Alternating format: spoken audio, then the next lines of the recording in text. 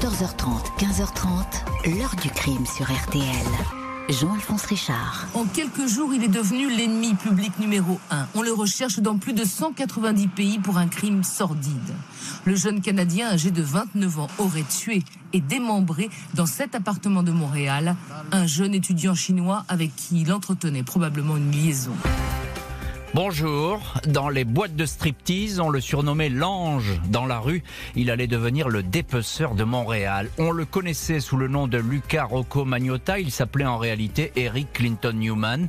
Combien de masques aura donc porté cet homme pour accéder de la façon la plus monstrueuse qui soit à la célébrité, pour faire la une des journaux et voir son visage s'afficher à la télévision? Seulement 11 jours auront été nécessaires à Magnotta pour y parvenir, le temps de signer l'un des premiers cybercrime de l'histoire, en meurtre quasiment en direct, si terrifiant que internautes et policiers croiront en une macabre mise en scène. Magnotta sera rattrapé au terme d'une traque internationale. Sa victime était un étudiant qui s'appelait Junlin. C'est cette histoire, celle de Luca Rocco Magnotta, que je vous raconte aujourd'hui. Qui est vraiment ce tueur qui habitait un monde virtuel? Pourquoi continue-t-il à frapper nos imaginations? Nos invités depuis le Canada vont répondre à ces questions. 14h30, 15h30, l'heure du crime sur RTL. Et aujourd'hui, dans l'heure du crime, l'affaire Luca Rocco Magnotta, un jeune Canadien obsédé par la notoriété, mais que personne ne connaît en ce printemps 2012. Il va suffire de quelques heures pour que son nom et son visage soient universellement célèbres. Ce mardi 29 mai 2012, aux alentours de 10h, Michael Nadeau, le gardien du 5720 boulevard Descaries à Montréal, sort les poubelles de l'immeuble. Il remarque au pied d'un arbre une grosse valise grise avec des traces blanchâtres. 4 jours que ce bagage fermé par un cadenas est à cet endroit. Les éboueurs ne l'ont jamais emporté. Le gardien est intrigué. Il fait glisser la fermeture éclair de la poche extérieure. Une odeur pestilentielle s'en échappe, tout comme des centaines de petits vers. La valise est lourde. Le concierge pense à la présence d'un chien mort à l'intérieur. Avec un voisin, il force le cadenas. Le spectacle est effrayant. Pas d'animal dans le bagage, mais un tronc humain en décomposition. Le cou a été tranché et la tête est absente. Pas de bras ni de jambes. La police est aussitôt alertée et le boulevard Descaries en partie bloqué. À 12h15, une tente blanche est érigée pour faciliter le travail des spécialistes de l'identification criminelle. Au total, une quinzaine de sacs suspects. À l'intérieur, des restes de corps, mais toujours pas de main ni de tête. Dans d'autres sacs, il est retrouvé un marteau et un pic à glace, tous deux ensanglantés, les probables armes du crime. Aux alentours de 16h, le SVPM, le service de police de la ville de Montréal, a déjà pu visionner les bandes de vidéosurveillance de l'immeuble. Ce sont les images tournées 5 jours auparavant, dans la nuit du 24 au 25 mai, puis dans l'après-midi du 25 mai, qui sont les plus intéressantes. On y voit la silhouette d'un homme mince et jeune, portant un t-shirt jaune et une casquette de baseball. L'individu traverse le hall en tirant la fameuse valise, puis en transportant des sacs poubelles jusqu'au sous-sol pour les jeter dans de grands bacs qui ne sont ramassés qu'une fois par semaine. Sur les images, on le voit s'arrêter devant le miroir du hall, retoucher sa mèche sur son front. Il s'agit en fait d'une perruque. L'homme va ainsi apparaître à 9 reprises entre 2h47 et 4h31 du matin, puis entre 17h12 et 22h14. Le gardien ne reconnaît pas ce personnage, mais le propriétaire de l'immeuble est capable de l'identifier. Un type un peu bizarre qui loue depuis 4 mois pour $490 l'un des studios délabrés du bâtiment. Il se fait appeler Rocco. Le studio, 25 mètres carrés, est vide. Dans un placard, il y a ce mot énigmatique: si tu n'aimes pas te voir dans la glace, ne regarde pas le miroir, je m'en fiche. Le SPVM opère sur la scène de crime sans savoir que le puzzle macabre se poursuit dans d'autres villes du Canada. Ce même mardi à 11h30, la réceptionniste du Parti conservateur à Ottawa a reçu un colis portant des taches brunâtres. À l'intérieur, un pied humain en décomposition. Le lendemain, un deuxième colis contenant lui une main est réceptionné au quartier général d'un autre parti politique, le Parti libéral. 2 autres paquets, toujours postés depuis Montréal, contenant des membres inférieurs, parviennent enfin à 2 écoles de Vancouver. De quoi susciter l'effroi des autorités, même si le lien avec l'affaire de Montréal est établi. Le locataire et meurtrier présumé est identifié, un dénommé Luca Rocco Magnotta, 29 ans, de son vrai nom Eric Clinton Newman, déjà condamné pour vol, escroquerie, agression sexuelle sur une femme, connu comme stripteaseur dans des boîtes gays. Et on va voir plus précisément dans cette heure du crime qui est ce Luca Rocco Magnotta qui va être pourchassé par toutes les polices et pas seulement au Canada. On va voir aussi qu'il avait mis en scène ce meurtre affreux. Bonjour Michael Nguyen. Bonjour Monsieur Richard. Merci beaucoup d'être aujourd'hui l'un de nos invités dans cette heure du crime. Vous êtes en ligne depuis Montréal au Canada, journaliste judiciaire au Journal de Montréal et auteur du livre Luca Rocco Magnotta au cœur de l'horreur aux éditions du Journal. Cette malheureuse victime, Michael Nguyen, on peut dire qu'on s'est vraiment acharné sur elle. Ah, il a été complètement mutilé. Donc on parle d'un torse, les bras, les jambes ont été coupées, la tête n'est plus là. Tout a été découvert par le concierge, tout simplement parce que, il faut le dire, les éboueurs ne sont pas passés en fait. En fait, ce jour-là, on aurait pu ne jamais entendre parler de cette affaire. Tout simplement, la seule façon qu'on a entendu, c'est que quelques jours plus tôt, les éboueurs sont passés devant l'immeuble, ils ont vu l'amas de déchets, ça puait, ils se sont dit, on reviendrait une autre fois. Et c'est justement à ce moment-là que le concierge a vu ça, il s'est dit, je vais ouvrir la valise, une valise neuve. Il s'est dit, il y a quelque chose de bizarre. Pourquoi quelqu'un jetterait une valise qui a l'air pratiquement neuve? C'est là qu'il a ouvert la valise et qu'il a découvert le torse. Qu'il a découvert le torse. On a en ligne également dans cette heure du crime et depuis le Canada, Stéphane Berthomé. Bonjour Stéphane. Bonjour. Merci beaucoup d'être vous aussi dans l'heure du crime aujourd'hui en direct sur RTL. Vous êtes ancien policier, journaliste et animateur du podcast d'enquête L'ombre du doute. À ce moment de l'enquête, Stéphane Berthomé, évidemment c'est l'effroi qui prévaut avec la découverte de ce corps mutilé et complètement saccagé.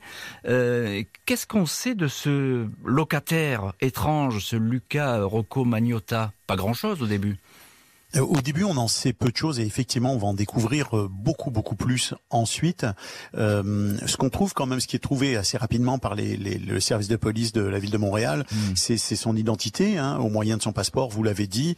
On sait qu'il ne se trouve plus à l'appartement.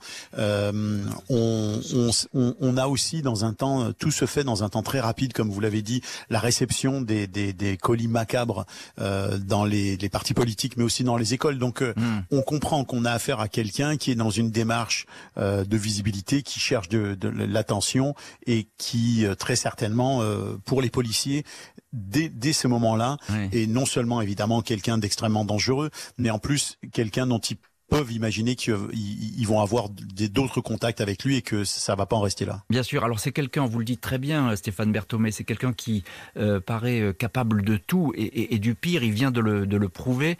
On sait encore de lui que c'est un stripteaseur, c'est ça, il vit il a pas d'argent cet homme-là, Déjà, le quartier dans lequel il habite n'est pas considéré comme un quartier extrêmement favorisé. On sait que c'est quelqu'un qui vit de menues rentrées d'argent. Effectivement, on parle de la piste de la prostitution masculine, du milieu du cinéma porno, du film porno. Donc on comprend que Luca Rocco Magnotta vit d'expédients, de petits boulots, pour l'instant, on a du mal à vraiment saisir cet individu parce que ce qu'on sait de lui est quand même assez limité au départ. Et la victime, un mot, on va vite savoir que c'est un étudiant chinois. Il va être rapidement identifié. Il a disparu depuis peu. Très rapidement identifié. Dans ce dossier-là, les policiers ont été très diligents. Il y a quand même plusieurs éléments qui évidemment ont permis de l'identifier, notamment le fait que il a été porté disparu par un proche le 29 mai. Il a disparu aux alentours du 24 mai. Et puis le consulat de Chine à Montréal était très actif dans ce dossier-là. Donc on a déjà des éléments qui laissent penser à faire des liens entre la disparition de la victime et le corps qui a été retrouvé. On a déjà une petite piste. On a en ligne également dans cette heure du crime Yann Lafrenière, ancien policier, porte-parole de la police de Montréal. Merci beaucoup Yann Lafrenière d'avoir accepté notre invitation. On en parlait il y a un instant avec Stéphane Berthomé. Il y a ces colis macabres envoyés dans tout le pays, des partis politiques, des écoles. Et ce qui est particulier, c'est dans des écoles. Alors, on parle d'une école, parti politique. Alors, dès là, les gens là, vraiment se posent des questions. Mais qu'est-ce qui se passe? Et pour nous, pour Montréal, bien qu'on ait 20-30 homicides par année, des drames de ce type-là, on n'a jamais vu ça. C'est extrêmement particulier. Un meurtrier qui a décidé donc de semer la terreur, un homme qui est dangereux et qui est peut-être armé, préviennent les autorités canadiennes. Magnotta est alors introuvable. Il se trouve en fait à des milliers de kilomètres de son pays. Un mandat d'arrêt international est délivré. La police de Montréal a rapidement fait le rapprochement entre le crime du boulevard Décarie et le signalement de la disparition d'un étudiant chinois de 33 ans, Jun Lin, inscrit à l'université de Concordia. Ce dernier, très actif sur Internet, avait posté un dernier message le 16 mai. Le 24 mai, il avait travaillé à la supérette chinoise de la rue Wellington, mais n'y était pas réapparu en fin de journée. Jun Lin fréquentait depuis quelque temps Magnotta. Les enquêteurs pensent que l'étudiant est bien l'homme découpé en morceaux dans le studio. Ils en ont rapidement le cœur net en visionnant une vidéo de 10 minutes postée récemment sur un site qui cultive les images violentes et gore. La musique de la vidéo est celle du film American Psycho. On y voit Jun Lin allongé, nu, sur un lit, son corps entravé par des cordes. Il ne se débat pas, ses gestes sont lents comme s'il avait été drogué. Un tueur tout de noir vêtu surgit alors avec un pic à glace qu'il plante dans le ventre du supplicié à 100 reprises. L'homme va ensuite dépecer le corps, une scène tellement surréaliste que les enquêteurs, tout comme les internautes familiers de ce site, vont penser à une fiction. Il sera établi que Magnotta a mangé des morceaux du corps de Jun Lin. Il s'est aussi servi du bras de la victime pour s'adonner à certaines pratiques sexuelles. Un portrait sombre et terrifiant de Luca Rocco Magnotta commence à se dessiner. Celui d'un garçon instable et sans le sou qui a rompu les ponts avec sa famille, déteste son père et a des rapports distants avec sa mère. À 19 ans, il avait tenté de se lancer dans une carrière d'acteur en s'envolant pour la Californie. Il avait été confronté là-bas à une longue série de refus et s'était contenté de tourner une petite dizaine de pornos gays. Il était ensuite retourné au Canada, gogo danseur et stripteaseur dans les boîtes de nuit de Toronto, gigolo en chasse de messieurs riches et âgés pour gagner de l'argent facile. 2 ans avant le meurtre, Magnotta se fait remarquer avec une première vidéo sur laquelle il étouffe des chatons dans des sacs en plastique. Aux amis des animaux qui l'interpellent sur Internet, il répond « La prochaine fois, c'est un homme que je tuerai ». Magnotta semble être expert en la matière des transformations. Dans les cabarets, on le connaît sous le nom de l'Ange. Il utilise aussi parfois son nom de naissance, Eric Clinton Newman. Il se sert encore de son pseudonyme, Vladimir Romanov. Il se déclare parfois russe, membre de l'église de Scientologie ou encore proche des suprématistes blancs américains. Personne, en fait, ne sait vraiment qui il est. Luca Rocco Magnotta est visé par un mandat d'arrêt. Il est l'homme le plus recherché du Canada. Son signalement est transmis à Interpol. Les recherches conduites chez ses proches ne donnent rien. Personne ne l'a vu depuis des années. Pas de traces non plus de l'individu dans la banlieue défavorisée de Toronto où il a longtemps vécu. Il n'est plus réapparu non plus dans le village, le quartier nocturne et animé de Montréal où il traînait souvent, notamment au Club Sandwich, un restaurant ouvert 24 heures sur 24. En fait, dès le lendemain du meurtre, Magnotta a quitté le Canada. Il s'est envolé de l'aéroport de Montréal sur un vol direction Paris. La police judiciaire française, la brigade des fugitifs, confirme que Magnotta s'est bien posé à Paris le 27 mai au matin. Il s'est ensuite évaporé. Il utiliserait un nouveau pseudo, Kirk Trammell.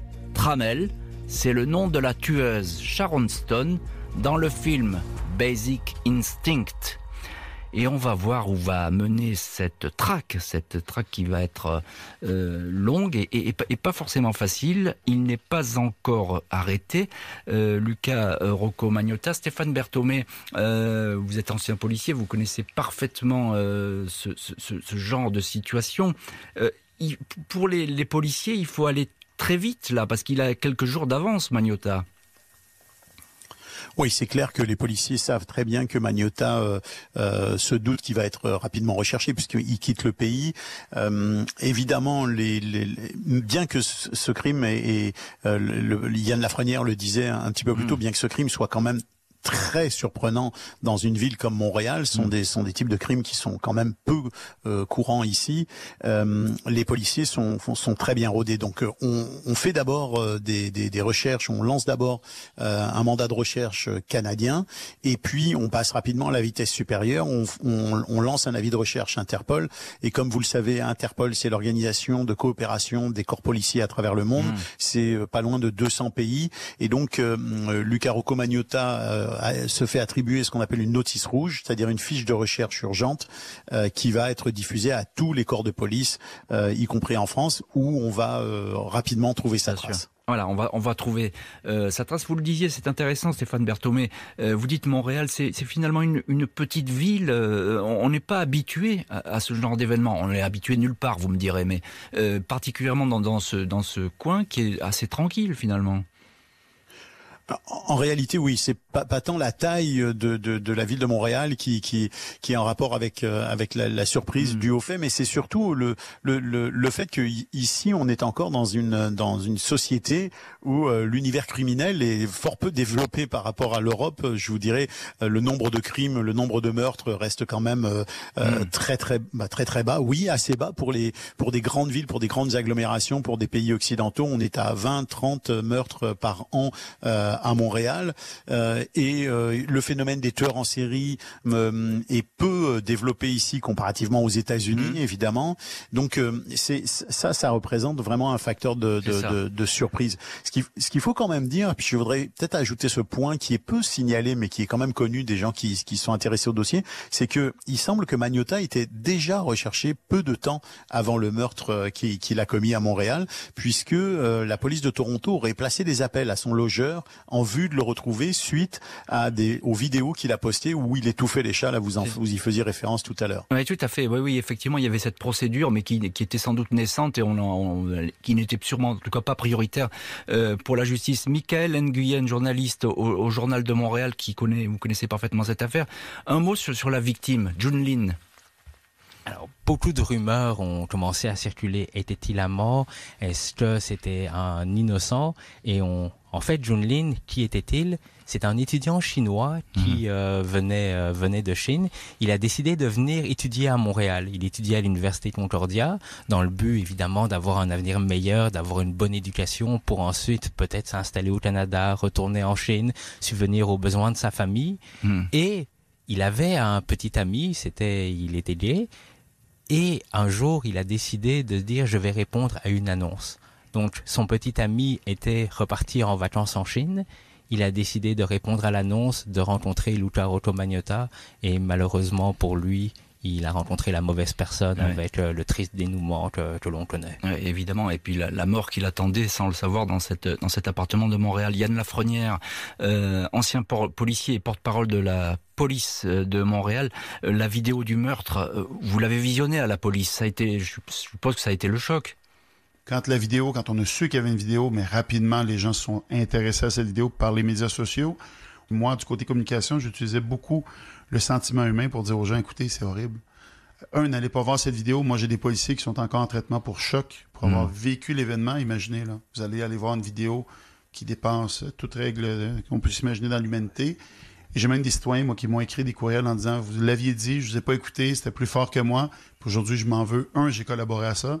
Et 2, j'en fais des cauchemars. Et moi, j'ai des policiers que je connais qui ont fait des cauchemars pendant des années là-dessus. C'était vraiment horrible comme vidéo. Alors, effectivement, ce sont des images insoutenables qui ont été retirées, évidemment, très très rapidement d'Internet. Michael Nguyen, toutes ces traces qu'il laisse sur Internet, c'est pas anodin.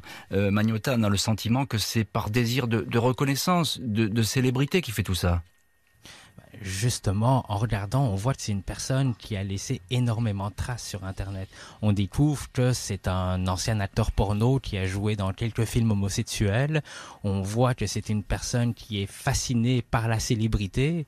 Il a déjà donné une entrevue où il se disait amoureux de Karla Homolka, qui est une tueuse canadienne de l'Ontario. Et directement, on voit, c'est la première fois qu'un meurtrier qui a commis un crime aussi sordide laisse autant de traces, permet justement de faire son portrait et de découvrir c'est une personne qui est fascinée par la célébrité. Luca Rocco Magnotta, fasciné par la célébrité, est en France. Il a quelques jours d'avance sur les policiers, mais ceux-ci sont confiants. Le fugitif ne semble pas avoir beaucoup d'argent pour pouvoir se fondre longtemps dans le paysage. Alerté par les autorités canadiennes le 30 mai 2012 de la présence de Luca Rocco Magnotta en France, la police judiciaire met les bouchées doubles pour retrouver cet individu jugé dangereux. Il était bien sur le vol Montréal-Paris du 26 mai. Des passagers se souviennent de cet homme jeune, sale, qui sentait mauvais et n'a cessé de pleurer tout au long du voyage. À son arrivée, Magnotta a pris un taxi pour se rendre à Bagnolet, en Seine-Saint-Denis. La vidéosurveillance établit qu'il était seul. Il a dormi à l'hôtel Novotel, puis dans un établissement plus modeste et plus petit, la Soumam.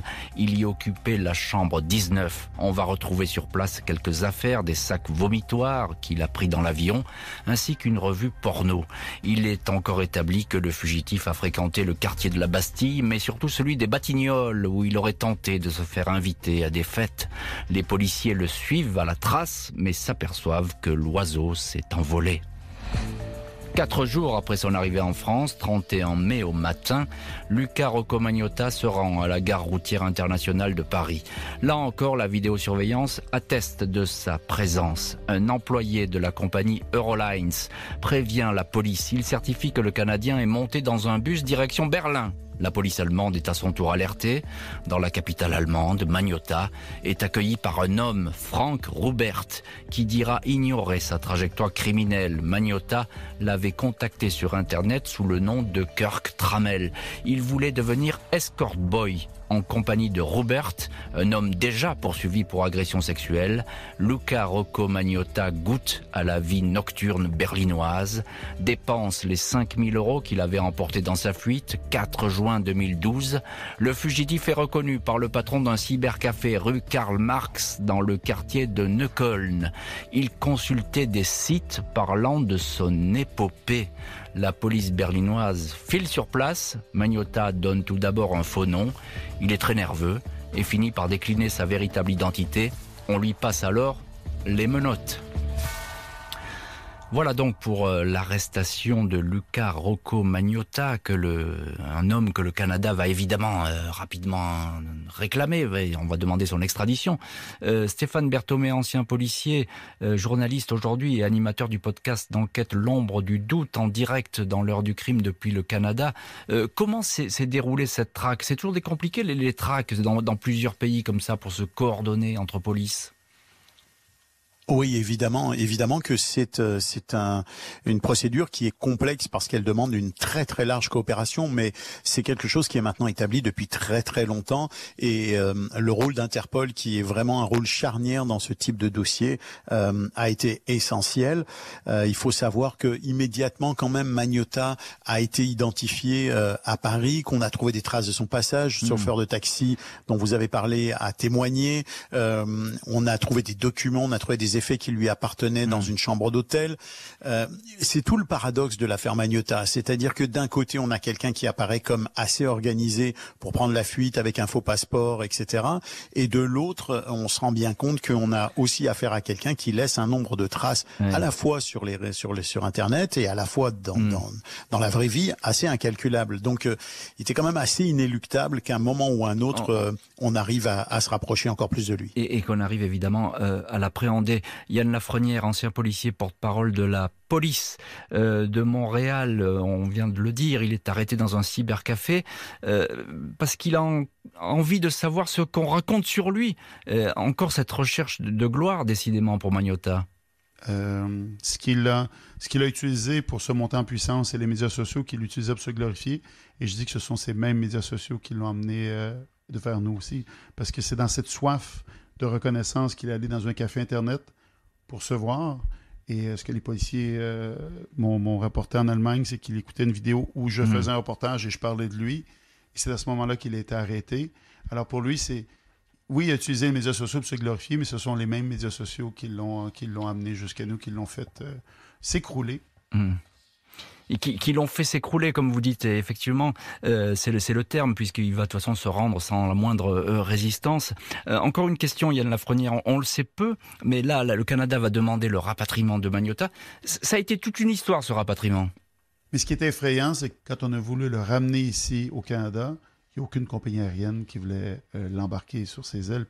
Alors là, on a embarqué dans toute cette gymnastique de trouver une façon de le rapatrier au Québec.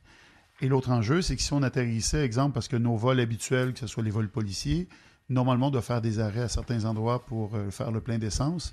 Mais à chaque pays étranger où il atterrit, le suspect a pu lever la main en disant « Moi, je veux demander un statut politique ou quelconque dans l'État où on était. » Alors, il fallait faire un vol direct. Finalement, c'était un vol militaire qui était très coûteux, mais qui était important dans le cas présent.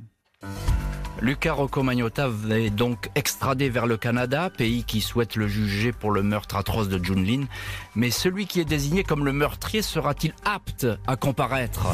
Le 18 juin 2012, Luca Rocco Magnotta pose le pied sur l'aéroport de Montréal-Mirabel. Frêle silhouette en tricot vert, menotté et entouré de 6 officiers de police. C'est un avion militaire qui l'a transporté depuis l'Allemagne.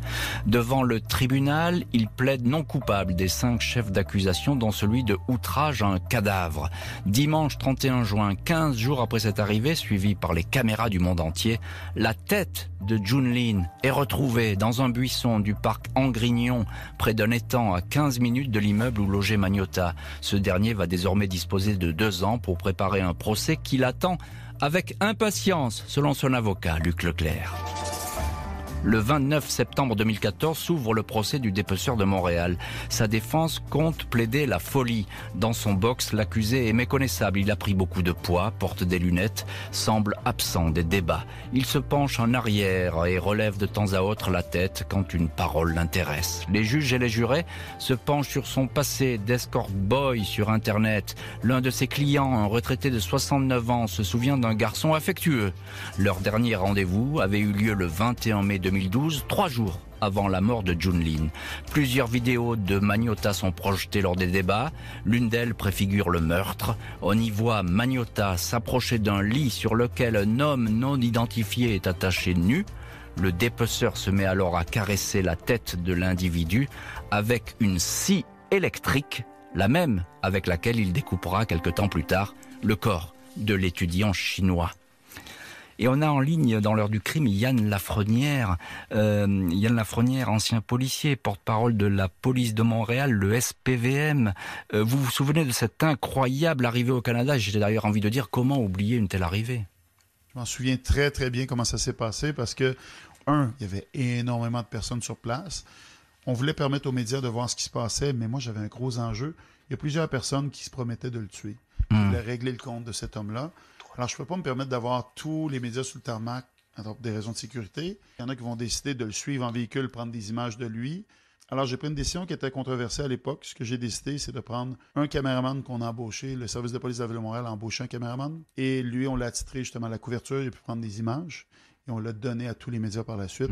Puis effectivement, on a fait fermer l'autoroute complètement. Je peux vous dire que c'était incroyable de voir les gens qui se regroupaient par-dessus la voie rapide, qui voulaient prendre des images de lui et tout. C'était digne de film bizarre. Il y avait cette folie-là, mais d'un autre côté, on l'avait traqué pendant tellement longtemps. Les gens voulaient voir, mais c'est qui ce monstre? Ah oui, les gens qui voulaient voir un monstre, hein, vous le décrivez parfaitement. Et justement, à quoi est-ce qu'il ressemble, cet homme que vous avez traqué, vous l'avez dit pendant si longtemps? Je ne savais pas à quoi m'attendre, puis j'avais bien des images de lui qu'on avait fait suivre. Je me demandais dans quel état d'esprit, puis écoutez, je voyais un homme qui était frêle, qui avait l'air vulnérable à la limite. Alors, c'était vraiment particulier. Puis je pense que ça rajoutait encore plus au côté sordide où on se disait, mais bon, c'est ça. C'est cet individu-là qui est cet homme qu'on a cherché pendant si longtemps. Et non, c'était particulier. C'était vraiment particulier. Avec toute l'information qu'on avait fait suivre sur cet homme-là, tout ce qu'on a connu par la suite avec son côté maladif envers les animaux et tout ça, pour moi, il me faisait encore plus peur. Plus peur, pas par son esprit physique, comprenez qu'il ne faisait pas le poids, là, mais je me disais, mais cet homme est prêt à faire tout. Vraiment, c'était particulier de le voir. Oui, c'est effrayant ce que vous racontez, évidemment, avec votre vision de policier. Un mot, Stéphane Berthomé, rapidement, mais c'est un procès très attendu au Canada. Hein, c'est le procès pas du siècle, on dit toujours ça, mais c'est presque ça. Ah non, c'est vraiment un moment, un événement très particulier. Tout se rejoint à ce moment-là, c'est-à-dire que on a le phénomène d'un tueur comme ça qui agit sur Internet, dont tous les faits et gestes ont été disséqués par les médias, ont été racontés dans le détail par la presse, qui a pris la fuite à l'étranger, qui a été traqué par plusieurs corps de police. Le FBI s'est intéressé aussi à l'affaire. Bref, on est vraiment dans un momentum extrêmement particulier, et effectivement le procès rejoint tous les éléments de ce momentum. Oui, c'est ça, c'est un grand moment de l'histoire judiciaire du Canada et même mondiale, parce que c'est un des premiers cybercrimes. Michael Nguyen, encore un mot avec vous, journaliste au Journal de Montréal. Qu'est-ce qu'ils disent les psys lors de ce procès de Magnotta ? Justement, il y a plusieurs psychiatres qui ont pu lui parler, qui ont pu essayer de dresser son portrait, et c'est là qu'on découvre une personne, mais sombre, comme on en a rarement vu. C'est une personne qui semblait ne pas avoir été aimée par sa famille, qui semble avoir eu énormément de problèmes, mais rapidement, c'est quelqu'un qui cherchait à être connu, à se faire un nom. Il a essayé de travailler dans des bars en tant qu'escorte, il a travaillé dans le monde de la porno, et c'est une personne qui a développé, relativement jeune quand même, des troubles de schizophrénie. Le procès est prévu pour durer 3 mois. Luca Rocco Magnotta va y figurer comme une ombre. Jusqu'au bout, son avocat va demander aux jurés de le considérer comme un déséquilibré impossible à punir. En vain. Le 23 décembre 2014, les jurés du tribunal de Montréal, 8 femmes et 4 hommes, déclarent Magnotta coupable du meurtre prémédité de son amante June Lin. Il est condamné à la prison à perpétuité, assorti d'une peine incompressible de 25 ans. À l'annonce du verdict, le dépeceur, vêtu d'un épais manteau, s'est contenté de baisser les yeux. Le président du tribunal lui a proposé de s'exprimer, mais l'accusé, le visage déconfit, a décliné. Il accepte le verdict, commente simplement Luc Leclerc, son avocat. Le père de June Lin, venu spécialement de Chine, a assisté à toutes les audiences. Il explique « Je voulais savoir ce qui était arrivé à mon fils, mais je repars sans réponse véritable, ni complète. Je souhaitais entendre des remords ou des excuses, mais je n'ai rien entendu de tout cela. » Luca Rocco Magnotta, incarcéré à la prison Archambault, puis au pénitencier beaucoup plus sécurisé de Port-Cartier, n'a jamais cessé de recevoir du courrier et des cadeaux en détention.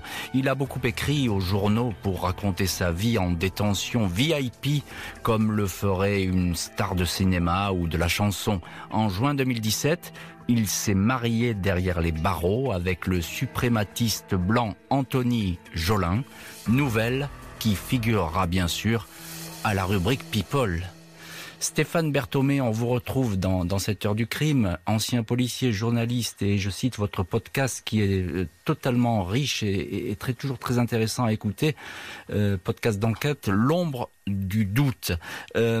Stéphane Berthomé, on peut dire que il est en prison, évidemment, Magnotta, mais finalement il a réussi son coup, il est célèbre. Oui, dans une certaine mesure, malheureusement, il a atteint une forme de célébrité, la forme de célébrité qu'il recherchait, ce qui est le cas de nombreux tueurs en série ou de personnalités limites comme ça qui commettent des actes criminels d'une gravité extrême. Il n'est pas le seul dans son cas.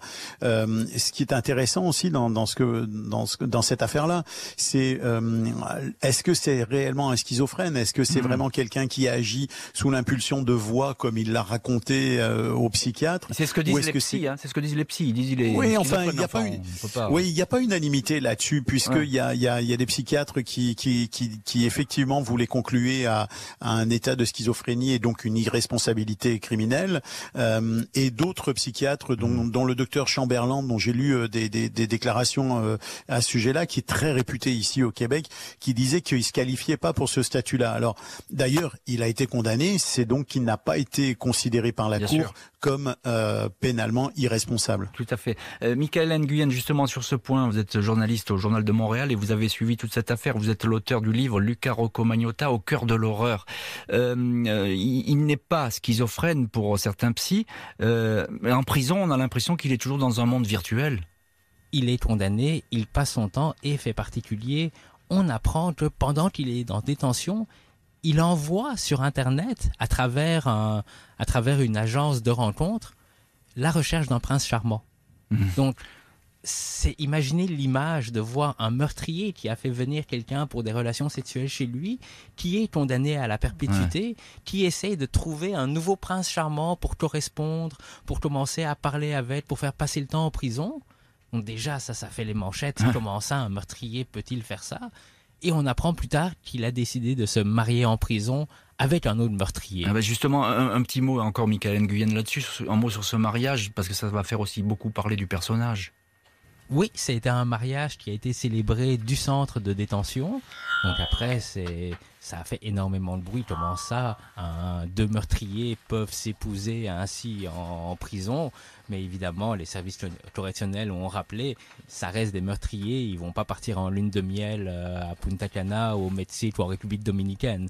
Donc c'est un mariage pour célébrer, pour peut-être occuper le temps, mais ça leur donne pas droit à des privilèges particuliers. Donc pour le moment, il est toujours en détention avec son époux. Ils ne partagent pas la même cellule.